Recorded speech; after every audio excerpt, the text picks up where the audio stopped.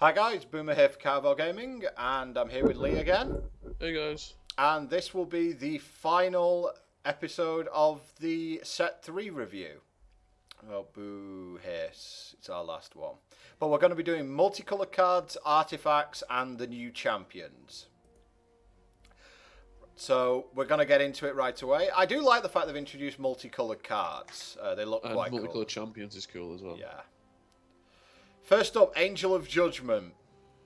Busted limited. Yeah, 6 mana, 3/6 with flight. When another card you control enters a graveyard from play, each opposing champion sacrifices a card. There's definitely ways that you can potentially abuse this in Constructed as well, with like sacrifice outlets and things like that. But it might be a bit too much to get to work properly. I've lost multiple games of limited to this card. I'm not surprised. This guy's really, really good. Constructed, not quite seeing it. I think it's a little bit too expensive and not quite powerful enough for Constructed. Unless you have like an easy sack outlet, and I'm not too sure there is one. Next up, Army of Myth. Now this is an interesting one because the cost on the card is wrong from the Hex website. It is actually now back to 3XX. Was it 3x? It was utterly stupid. Yeah, we played it a little bit, and it was 3 and 1x for a time on the server, and it was stupid. You just ramped up to 7 and made 4 legends.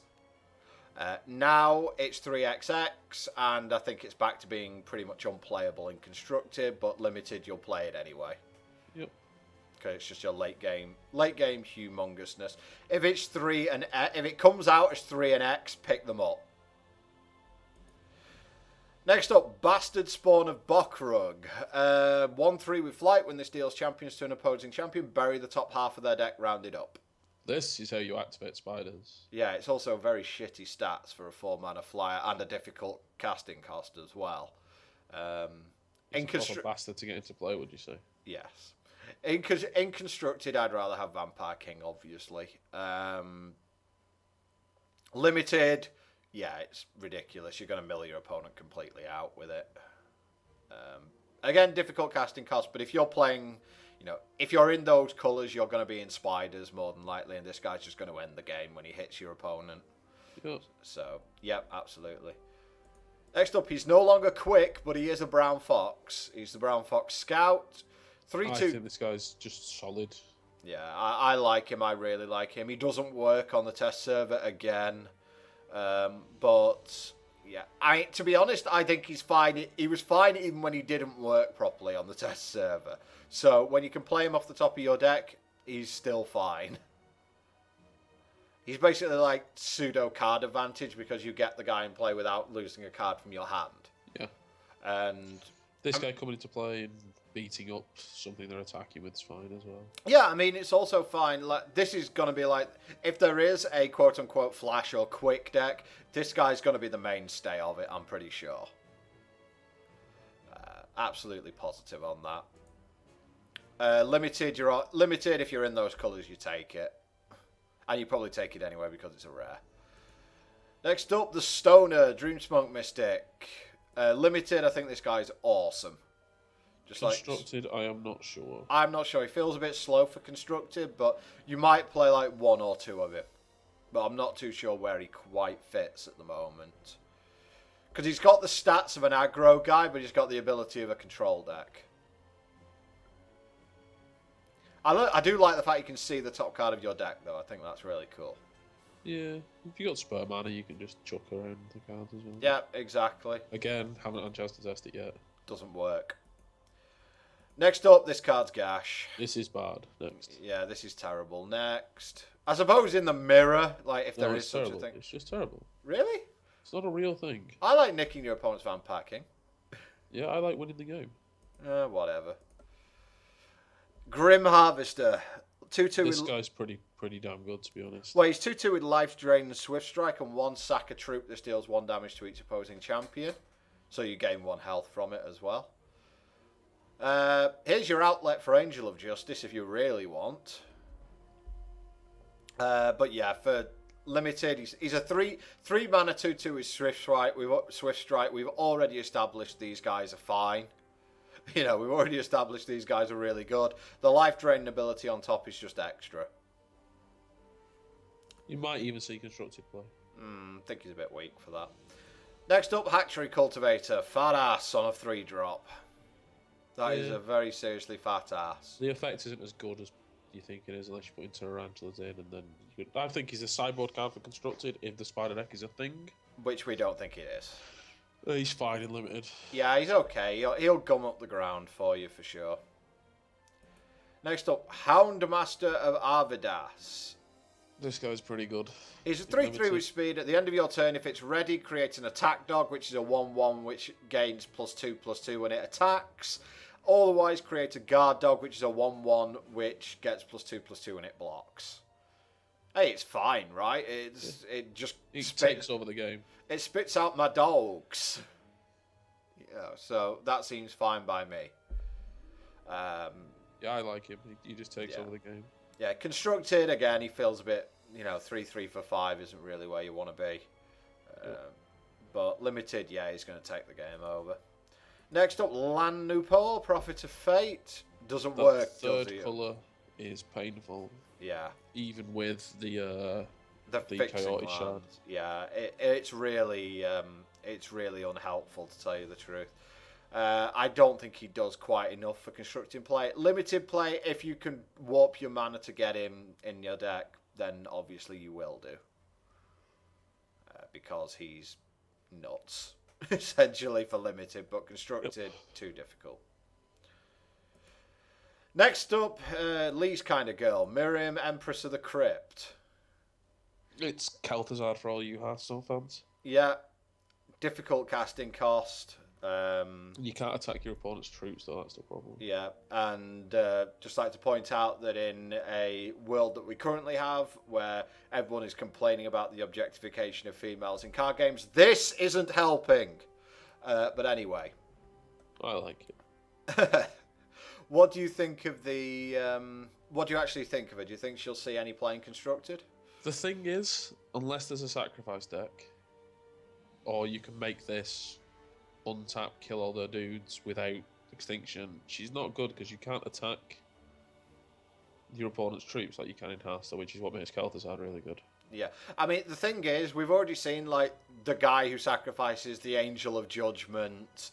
Yeah, so, yes, in Magical Christmas Land, you can build up this board where you basically sacrifice everything on the board and then get it all back under your control at end of turn.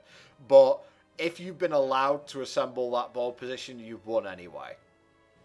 I mean, she's huge. 6'9" for, 6'9" for... 6'9" is just a massive body.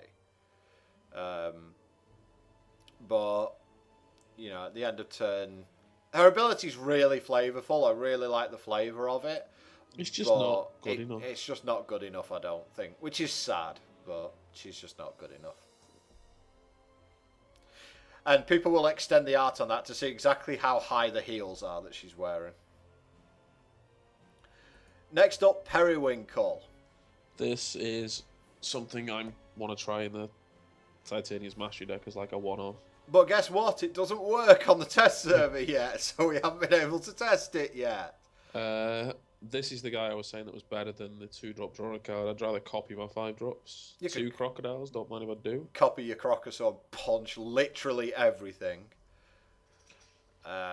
He's very fragile at a 1/2, but that's because his ability is super powerful. The problem is, kind of like the other elf that we spoke about in the Wild thing, she doesn't fit in the 2 into 5 ramp. So unless you're going to play Howling Brave, she doesn't really fit onto the curve. Yeah, I mean, like I said, I was trying it as a one-off because of how powerful... Because let's face it, the effect is super powerful. Yeah, the effect's ridiculous. You copy your Eye of Creation, you copy your Titania's Mastery. But it's one of those things, like, the way we were gushing about it in the last video, do you need to copy those spells to win the game? And it feels to me like, you're getting into the idea of potentially win more. Or the quote-unquote danger of cool things. And you might be getting in that sort of area. We'll figure that out, though, and then, yeah. Next up is Pyresoul Summoner. 2 mana, 2/2. Basic, 4, create a Phantom and put it in play. Basic, 4, create a Blaze Elemental and put it in play. This guy is batshit crazy in limited. Oh, yeah, absolutely. I mean, he either just constantly spits out 1/1 flyers or he creates an army of 3/1s that bust your opponent up. Yep, I'm a big fan of this guy. Really, really good. Kill him on sight if you see him in limited. I've never had a guy on tap with him yet because I've always killed him. Yeah, exactly. It's like, it is fine using your Crocosaur to punch this guy. Next up is Tempestuous Blade Dancer. 4/4 speed, crush, steadfast for 5. This guy can come down on turn 4 in limited, and oh my god, if he does, good luck not losing that game. Good luck. He can come down in turn 3 in limited. Well, if you've got another booster, but yeah. Yeah, it's like he can come down. If he comes down in turn 3 in limited, you are not winning. Not losing him. Your opponent. If he comes down against you on turn 3, you are not winning. Or at least it's going to be incredibly hard because then you're going to make a guy and then your opponent's going to make another 5-drop on top of this guy's head. Or he's going to buff this guy. Or he dynamites it. Or he dynamited, huge guy. And then the guy that we were talking about last time, Walking Calamity. He's a big dude. He is a big dude. When it 10/10 for 10, speed and crush. When this dies, it deals 10 damage to each opposing champion and troop. When it enters your graveyard, put it in your deck. So they're doing their best so that you can't just mill it into your own graveyard and reanimate it. Doesn't matter. Just cheat it using a wild spell. Well, occasionally you're going to cast it for 10, right? Yeah, once the late game happens. Yeah. I like his creature type, Avatar of Destruction. Yeah. Well, that's kind of what happens, right? Yeah, I think this guy is nuts. This guy is insane. Problem is, he's legendary, and if that wild deck is what we think it potentially could be, he's your next Reese / Angel of Dawn / Vampire King. In terms of amount it's going to cost you. What we actually mean is this guy's terrible. He should be sold for 10 plat to us. Yeah. To be honest, he might be in the same league as like Tectonic Mega Hulk, you know, that sort of 1,000 plat area. Yeah. He only fits in one deck, right? So. Yeah, he goes in one deck, which is the Titania's Mastery deck. But he is sort of very integral to that deck. Next up is Windsinger, Master of the Hump. We've already gushed about this guy quite a lot. He's very, very, very good. He's very good. As I said, flash deck or quick deck, I think you just have to play this guy. He's pretty much the only thing you cast in your turn. The rest of the deck you just cast as and when on your opponent's turn. You just react to what your opponent does. So those sort of decks are just the ultimate reactive decks, aren't they? That's the way they sort of play out. He's just drawing 2 cards a turn, decent body, and you get to ready your resources. So if you've got anything to do instant speed, it's just really good. Like I've been using the instant speed Oracle Song and cycling my Root Fathers and stuff like that. Yeah, one thing you can do if someone makes this guy against you is put a stop on your own beginning of turn phase. So if you have like a murder or something like that, you can make sure your opponent doesn't draw 2 cards. But by that point, unfortunately, your opponent has replenished all his resources as well. So if he has a counter magic, you're kind of boned, but that's the price you pay, and that's why he's so difficult to cast. But I think that if this guy loses like the summoning sickness thing, if he loses that, you're just winning the game pretty much always then. So that's the multicolor cards, and most of them are really powerful, apart from Chroma Assimilation, which will never be spoken of again. Yep, sad times. Remove it, put Times Offering back in. Thank you. Next up, Blamsack. Kablamo! At the end of your turn, this deals 3 damage to each opposing champion. When you're dealt damage, sack it. Seems like an anti-control card, like big-time anti-control card. Yeah, maybe. I think it's okay in like a fog deck or something as well. It costs a bit 5. To be fair, that's a decent shout-out, actually, to put it in sort of a Blinding Light FOD deck. It's like your win condition. Just cast your Blamsack. Next up is Bright. I think you play it in... I think Limited, it's worse than it would be in Constructed, because in Limited you're pretty much always going to take damage. Yeah, it seems terrible in Limited. Yeah. In Constructed, it might get played. Yeah. Bright Moon Totem, 3 mana, Prophecy. Exhaust 2 coyotes you control. The next troop in your deck gets +1/+1. Oh, look, a bad card. It's not great, is it? No. I don't want to be exhausting all my coyotes, unless they're all like the shanty 1/1s, like the rubbish 1/1s. No, I'm not a fan. Next up, Charge Colossus. Well, they had the Charge Bot, the Charge Hulk, and now you've got the Charge Colossus. It's an 8/8 for 8, and when it enters play, you gain 8 charges. You've had fun with him in Limited, haven't you? I have, yeah, but that's mainly because I had 2 of them, and I had all the ramp in the world. So I was literally dropping this guy turn like 5, which feels a little bit unfair. Yep. And then because I had a big casting cost guy and play my growth spells, gave +5/+5 and all the rest of it. I think it's just too expensive. I really want to see a reanimate deck in Constructed, I really do, but I don't think it happens. Because the thing that's funny is because there's the Diamond Hero, Yeah, isn't if there? you reanimate this, you get to reanimate something again next turn. Same turn. Well, it depends. You could use a spell to reanimate this and then reanimate something else. Or reanimate another one of these and then be able to reanimate something else the next turn. Well, it doesn't die to murder, does it? No, it does not die to murder. Dies to extinction, but then again, so does everything that isn't invincible. Next up, Eternal Sage. Very flavourful, very not playable in Constructed, I think. Limited, you'll obviously play it because it's a 5/5 for 5 artifact, so it's a pain to remove. And pretty much every single ability is useful. The Sapphire one, I think, is probably the best one. The funny thing is with this guy, he has the text twice on the test server. He does. Like, you can't read it all. Yeah, he basically has all the abilities listed twice. I think he's fine. If you're in like 2 colours, I think he's just a 5/5 for 5 that has an effect. Yeah, he's a 5/5 for 5 which does something. Which, 5/5 for 5 with an I'd even play upside. with monocolour. You probably can, yeah. I mean, I don't think there's any sort of bad ability there. Yeah, the blood one doesn't. The blood one doesn't affect the ball. The ruby one's nuts. It's like deal 1 damage to all opposing troops. It's like that feels quite powerful. The sapphire one's really good. The green one's pretty good. The diamond one is meh, and the blood one's meh as well. Unless you're in spiders, at which point it's like spiders. So there's a use for pretty much all of it. So yeah, you're obviously picking this guy up in Limited, but in Constructed, probably not.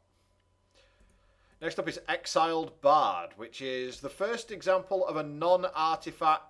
I think it's the first example of a non-artifact card which has no threshold requirements. Yep. It is a 1/1 for 1 that when another unique card enters play under your control, add an epic counter to Exile Bard. Unique troops you control have +1/+1 for each epic counter on Exile Bard, so that will include Exile Bard itself. So, funny story time. I cast Armies of Myth against Boomer and got this and 4 other uniques. And yeah, they were quite big, including the Triumvirate. Yeah, the legendaries you got off your Army of Myth before were the Triumvirate, this, Hop Hero, and Golden Avenger were the 4 that you got. It was fun. So you had like a 12/12 Triumvirate, a 7/7 Golden Avenger, and a 4/4 Hop Hero, and a 4/4 Exile Bard. And I lost that game. And you lost that game, yeah. I also had like 30 Tarantulas in my deck. Yeah, that was the game where you had multiple 100 Tarantulas in your deck. Next up, 5th Book of Darcis. 3 mana at the start of each opposing champion's turn. If that champion has 20 or more cards in their graveyard, this deals 1 damage to them. I think that text is pretty much irrelevant. Basic 1-shot. Search target opposing champion's deck for up to 3 cards and bury them. I think this is a decent sideboard card. It's a card from Magic the Gathering called Jester's Cat, more or less. Doesn't Jester's Cat void the card? Exiles, yeah. Yeah. But this is fine. You can take people's like escalation spells out of the deck, and So the thing is that's always amused me is that whenever I've played a deck which played escalation cards, I usually have Chimes of the Zodiac in the deck somewhere, like between the main and sideboard. And I've had people cast Curse of Oblivion on my Relentless Corruption, and like a couple of turns later, I had 4 Relentless Corruptions back in my deck. It's like, grats on your do nothing. I think this is okay. The fact it buries them makes me a little bit wary because the graveyard is very much interactable with. In terms of, you know, if you're playing against a blood deck, what do you take? Like their extinctions, probably? Yeah, I don't know whether it's amazing or very good, but think about this Titania's Mastery deck. If you can do this and just deal it. Yeah, it's also, I think that's a 3 on it, if I'm right. And if it's a 3, it's 6 mana for that effect. That's a lot. You know, you're paying 3 mana to do nothing, and then 3 mana to still not affect the board. It's a lot of mana, that, to do very little. It's like, unless your opponent's playing a deck which absolutely has to have 3 of a card in it, then I think that it's meh at best. I mean, any combo decks come out, it's an answer. It might not be a good one, but it is an answer. Yeah, I think combo decks will probably be faster than this can get online. Next up's Gilded Lyre. Or Lear, I'm not too sure how to pronounce it. I think it's Lyre. Exhaust a troop you control, prevent all combat damage that will be dealt to and by target attacking troop this turn. It's not the best, is it, really? I'd be liar if I said it was. Hey! Stop Mecha Filk Ape, kind of like Mecha T-Rex. It's a 4/6 for 6 that can revert another troop. Filler again. Yeah, it's a fat filler guy, isn't it? I think he's better than Mecha T-Hex.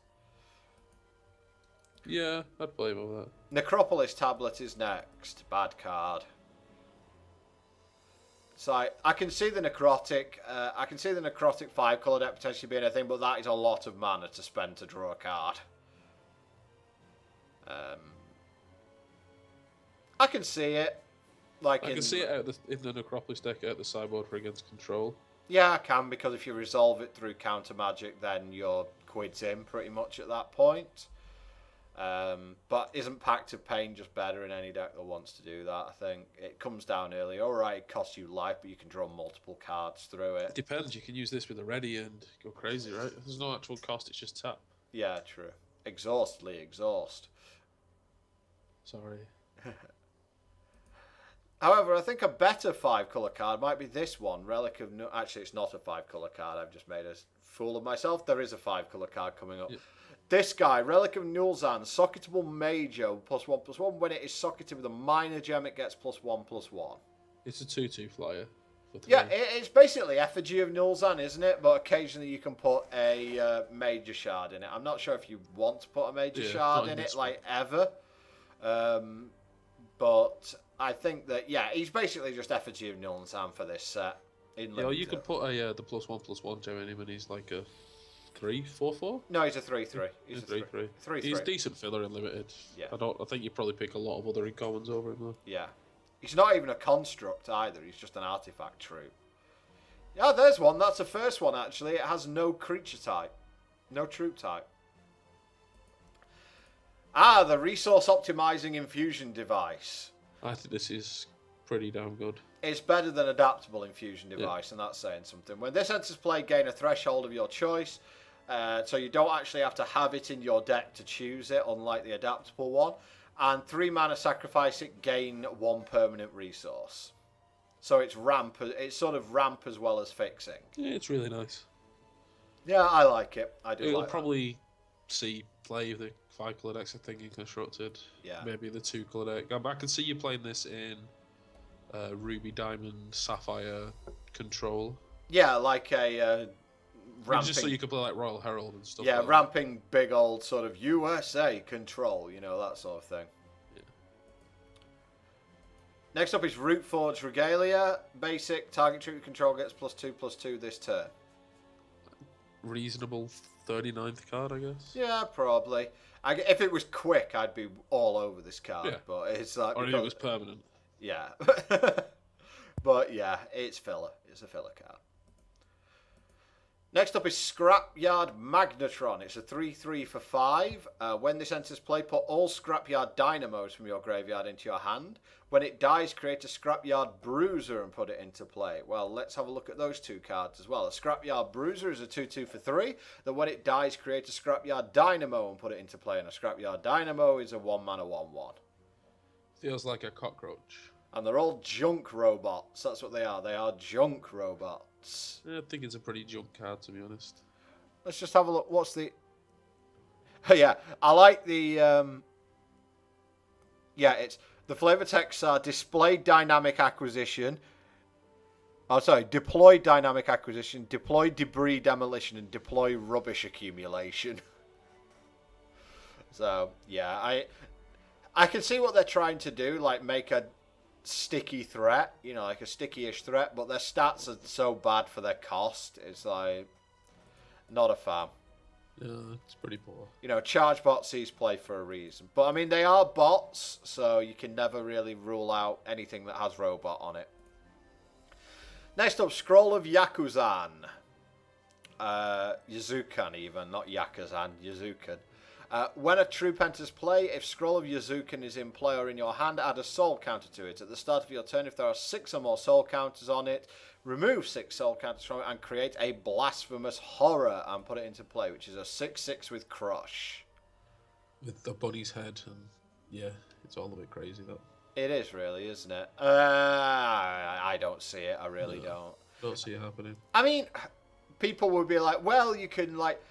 If you're playing sort of the Dark Spire deck, you make this, you make a few It's guys, like you in then... the sacrifice recursion deck thing that I was talking about back in the Blood preview.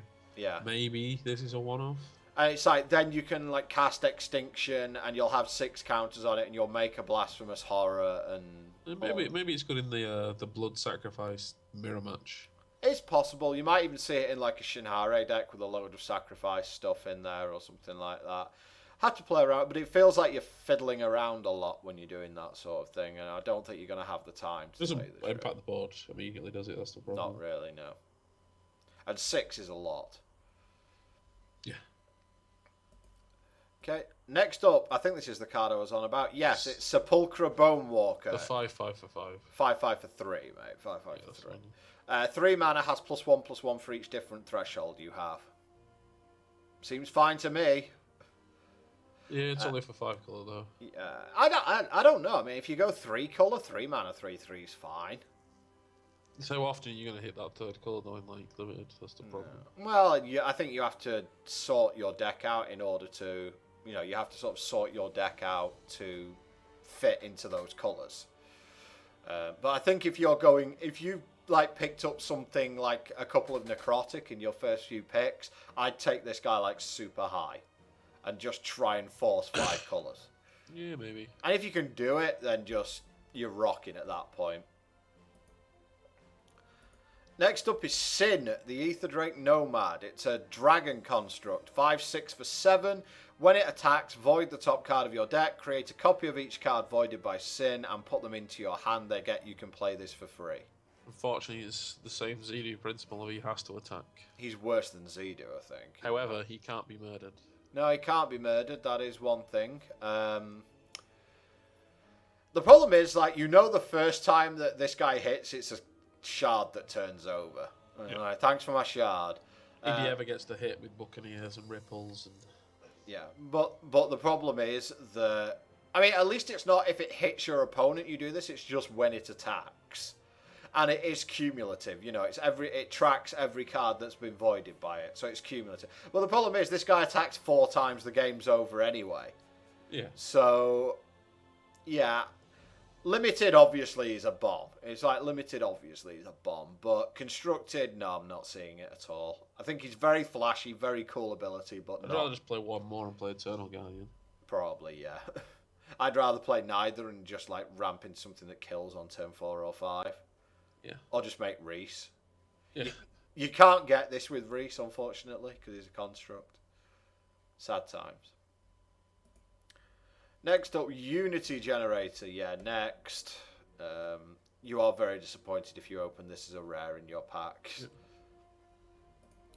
So a bit of a mixed bag with the artifacts. Some very good, some very bad. Yep. These next cards are very exciting though. These next cards are very good. Like, pretty much all of them. Which is sad. Which is sad because they're rare, and these are the new rare resources. First up, we have Feral Root Acorn. Elf Allegiance. Gain Ruby, Wild, or 3 health. And the important thing is it essentially comes into play untapped. It generates temporary and permanent resources. And because this is another reason why you're playing Pucks and Lyricists in the ramp deck, because it triggers this. Yeah, unfortunately they'd be the only ones you play, so that might be a bit of a risk. I think you still... That's the other reason to play the 1-up Periwinkle. Yeah, he's an elf as well. See, Lee's just looking for excuses here now. Yeah, these are super good. Also, it might get you to play like an elfish aggro deck, I suppose, because you can now play Gas Troll without feeling terrible about it. The really ridiculous thing is they gain 3 for free in like the late game when you've got all your thresholds. Yeah, when you've got all your thresholds, you can do something else, and that's what makes these super good when that happens. Yeah, great resource. Next up, Howling Plains of Bluegrass. It's just a straight up 3-colour comes into play on Tap Shard. It's really good. What did we work out was the optimal number? Was it sort of 10 or 12 of whatever Allegiance? I actually did the maths. I'm playing 18 in my deck, and it comes in fine because like Howling Braves are Coyote and stuff like that. I think the break-off's like 12, somewhere around there. If you're playing 12, then you're more than likely going to get the Allegiance on this. I mean, the thing is, even if you don't, it's still a 1-1. As long as you've got all the resources you need in the late game, that's okay. Early game, you're pretty much always going to get the triple resource. Late game, you might not even need the resource. Yeah. So that's fine. This is an interesting one. Sepulchre Cryptos. Necrotic Allegiance. Choose and gain a threshold you don't control. I think this goes in pretty much any deck that's multiple colours. As long as you got Necrotic in it. Yeah. Well... So it's got to be a necrotic card, isn't it? Unfortunately. Yeah. If a deck is 5 colour, it's going to be necrotic because you're going to be playing Lixil and you're probably going to be playing the Midnight Shepherd. You might even play the 5/5 for 3 and the thing that'll be a 5/4 for 3 as well. Necrotic will be a 5/4 for 3. So... yeah, can definitely see this scene playing a necrotic deck. The problem is, yet again, if you want to play a necrotic deck, you need 4 of this resource. So, yeah, and if you want to play the Coyote decks, you probably need 4 of the grass. And if you're going to play an elf deck, you need 4 of the other one as well. So, unfortunately, you're going to be dropping $20 on just your resources. At least, if not more, yeah. Next up, Star Sphere. Gain a charge, look at the random card in your deck, put up to one of those cards on top of your deck. The interface is a bit skewy for what actually happens with this on the test, so it's fine, I think. The funny thing that you can do always is put Angel of Dawn. Yeah, I'll put that on top of my deck. The one thing I will put out in limited for all these shards is you probably have to first pick them because they're worth so much, which is a really crappy position to be in. Yeah, I mean, the thing, it was the same when there's rare resource in Magic the Gathering, though.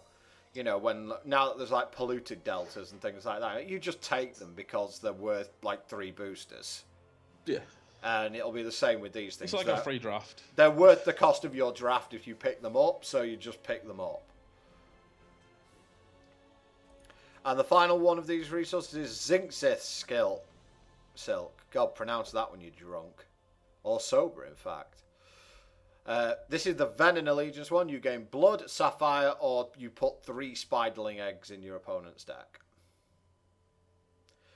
The thing is, I think you can play this in like Blood, Sapphire control, because you're probably playing Finito and like Fentio and Zentos Inquisitor anyway. Yep. So there you're going to be your fixing. Don't know if it's going to be enough, though. Again, we'll have to see. We will have to see what the optimum number is. Because I think the Allegiance... if you control, then, you know, they're fine in late game because you just cast Finito or Fentio and just make this as your dude. And the Spiderling Eggs, I think, is weak in the decks it's going to be played, to tell you the truth. I think it's more about the fixing and the 1/1. So the resources are really good. big fan of the resources, I think. Sad times that they're probably all going to be like 500 or 600 platinum, but what do you do? I do get the feeling that some of the rares... Suck it up, innit? Yeah, I do get the feeling it's going to be expensive, this set, but what do you know? So, let's go on to the champions. We're going to zip through most of these because most of them aren't actually very good, but the ones that are good we will dwell on. First up, Benvolio. He's kind of like the Ruby version of Crannock, you know, the sort of draw a card but it comes at a cost. Yeah. Whereas Wyatt is just straight up draw a card. This one's draw one, but it comes at a cost. I think he's fine. He's basically like a late game. Yeah, he's fine. He's a late game jobby. I don't think he'll see any constructive play though, because the other champions are just better. Yep. Next up, Barris Blastforge. Like this guy. Like this guy a lot. Certainly for limited, it's like you just give all your... Oh, it's like this term, which isn't anywhere near as good as... what do you call it? Feather drifting down as ability, but it's 2 threshold less, right? Yeah, so it's just an evasion jobby, and that could be great if you're in a race. So I think he's okay. Bryson Maplewood, the first of the multicolor champions. If you control more troops than each opposing champion, 4 target troop you control gets +1/+1 and swift strike. I think he's rubbish. Yeah, he's win more. He's not very good. Ooh, I'm putting the... I can't click properly. Karak the Scavenger. Transform target troop in your graveyard into a zombie and put that troop into your hand. It's sort of a bad raise dead. It's a bad call the grave, really, because just a 2/2, isn't it? It's just make a 2/2 for 3. You know, use your champion power and 3 mana to make a 2/2. It's okay, but it's not great. Next up is Concubunny Yuka. Target champion discard a card. This is rubbish. The artwork on is funny, but it's really not very good. You get the idea of, like, she's the reverse Wyatt. Yes, but 5 charges to make your opponent discard 1 card of their choice. So, that's not very good. She's not good. Agree? Disagree? You can't change champions during sideboarding, can you? No. No, then it's bad. You can in the Gauntlet. Yeah, well, you don't know what you're playing against. Yeah. Next up is Cressida. Busted. Busted champion. 3 charges, gain a temporary resource this turn. Stupid champion. It's like, you know, don't quite know what people are thinking, but just this guy. No. Why? I can see him not being the same on live once they start testing constructed out on the test server. Yeah, I can definitely see that, because like he's insane. He really is. Because like one of the downsides of playing ramp is that you have to invest cards into it. This guy means you don't have to invest cards into ramping. You just cast your stuff earlier. It's nuts. It really is nuts. Next up, Dreaming Fox. 7. Create an Oracle song and put it into play. I emphasize 7.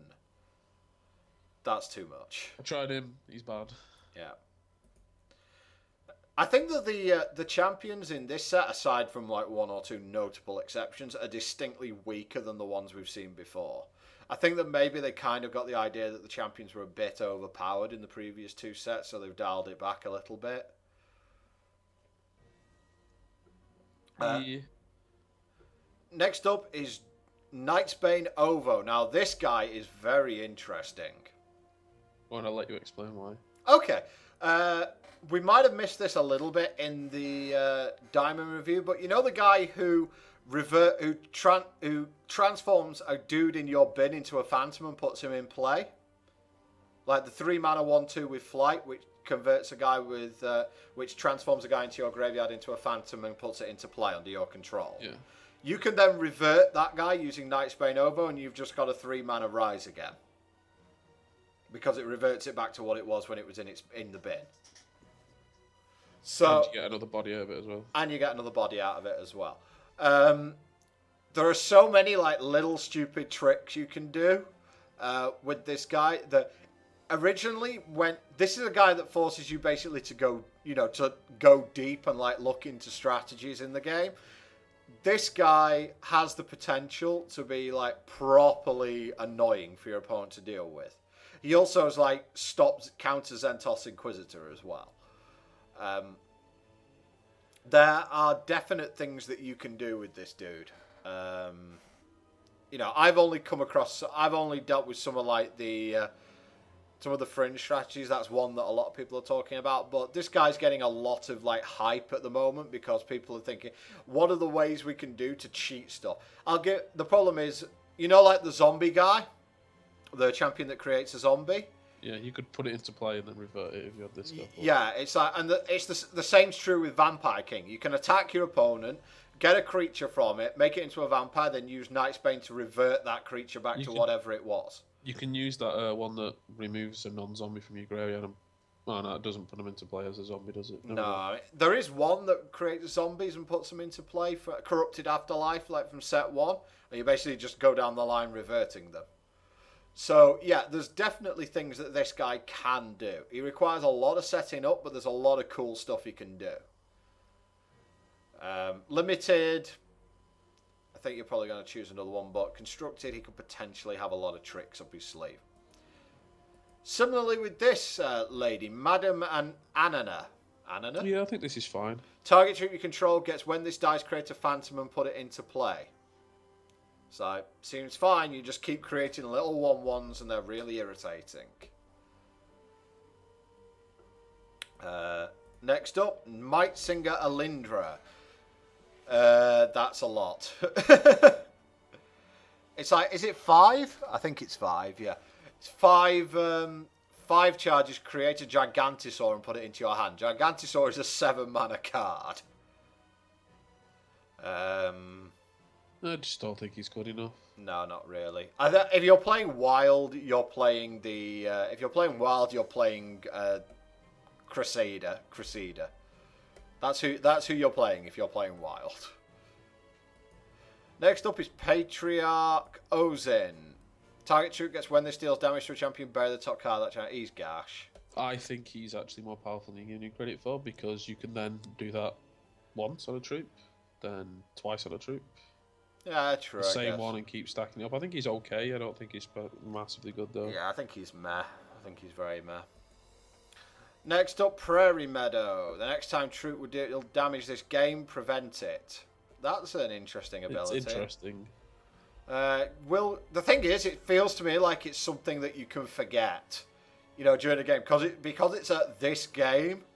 Ability, it feels like something your opponent's going to forget and like just like aim a burn spell at and go, oh crap, like countered.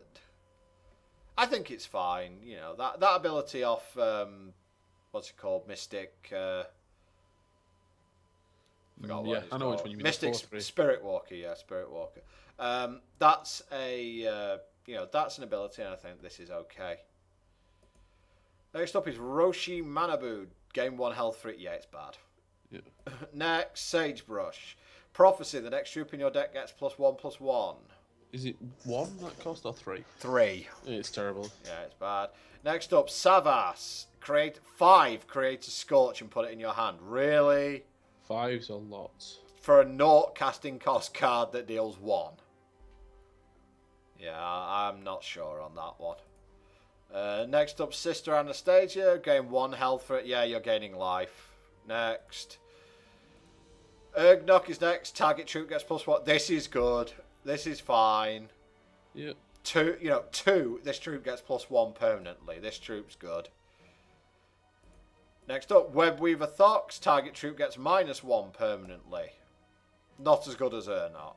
Can be potentially annoying, like a little bit of a shutdown job. The Spider deck's defensive in the first place, so, you know, it lets you be more defensive. However, if you're playing Spiders, I think you're playing this guy, which is Zorzim, which is a Spider Injector. Yeah. So you're probably playing him if you're playing Spiders. And the final champion is Winter Moon, which you've played a little bit, Lee. How about telling us a little bit about this guy? I think this guy has massive potential to build a deck. You can basically make your deck more intelligent as you continue playing. Yeah, I mean, he's by putting cards that, say you've got a deck full of reasonable cards, but some of them are amazing in certain matchups. Well, those are the ones you shuffle back in. Yeah, I So mean, your deck's full of cards that are then amazing in the matchup, and you get. and you get to draw a card when you play them. And the important thing is this guy's ability only costs 2 charges, so you can like very quickly make your deck very intelligent. So it's mainly about surviving, you know, and you're going to survive that early game. We mentioned what we might consider to be a foggy style deck. You know, this guy would probably be the champion for it because you just shuffle all your stuff back in. It's the guy I'm playing in the in the blue-green tempo Fox deck as well. Yeah. Just shuffling back my Crocosaurs, my Carnosaurs, my Dreamers. Because they're not good enough in the first place, right? My counter spells because they say draw a card on there. Yeah. You just want to draw cards, don't you? Still, that is it for the for Armies of Myth. And overall, I think that the set's very promising. I think that in terms of warping the format or new stuff, I think that we're looking at Wild more than anything else for warping the format. Might be a few expensive cards coming out, which we'll have to see what the market looks like when the set first comes out. Armies of Myth is due to come out on the 14th of July, wasn't it? I believe. Yep. That's when they will be patching it into the game, and then I imagine the release events will be like that weekend. So, hope you guys all enjoy it. Hope you've enjoyed our review of Armies of Myth. If there are any decks you want us to have a pop at on the test servers and put up videos, I'll leave some message in the comment and we'll see what we can do. Assuming the test server comes back up between now and then. And yeah, just let us know what you think. Do you agree with what we've said about some of the cards? Do you disagree? We're always happy to get into a discussion. And if you like what we do, we will continue bringing you Hex content in the future. So thanks very much for watching our review, guys. This is Boomer for Carvel Gaming, and we will see you next time. See you guys.